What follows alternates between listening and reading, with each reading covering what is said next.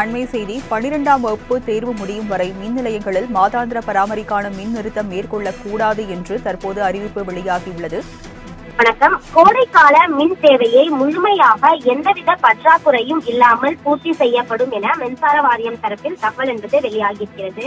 கோடைக்காலத்தில் மின் கட்டமைப்பில் ஏற்படக்கூடிய பிரச்சனைகளை போர்க்கால அடிப்படையில் சீர் செய்வதற்கான நடவடிக்கைகள் குறித்து அமைச்சர் தங்கம் தென்னரசு தலைமையில் ஆய்வுக் கூட்டம் நடைபெற்றது.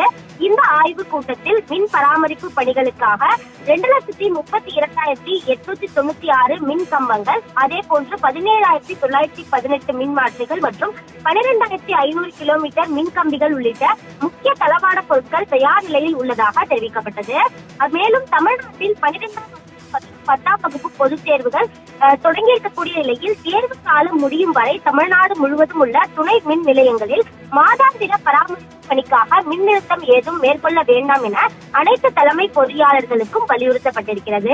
12ஆம் வகுப்பு பொதுத் தேர்வு இன்று முதல் தொடங்கி இருக்கிறது. 11ஆம் வகுப்பு பொதுத் தேர்வை பொறுத்தவரையில் 4ஆம் தேதி முதல் தொடங்க இருக்கிறது. அதே போன்று 10ஆம் வகுப்பு பொதுத் தேர்வுகள் மார்ச் 25ஆம் தேதிக்கு பிறகு தொடங்க இருக்கக்கூடிய நிலையில் பொதுத் தேர்வுகள் முடியும் வரை எந்த ஒரு பராமரிப்பு பணிக்காகவும் மின் நிறுத்தம் மேற்கொள்ள வேண்டாம் என மின்சார வாரியம் சார்பில் அறிவுறுத்தல் விடுக்கப்பட்டுள்ளது குறிப்பிடத்தக்கது.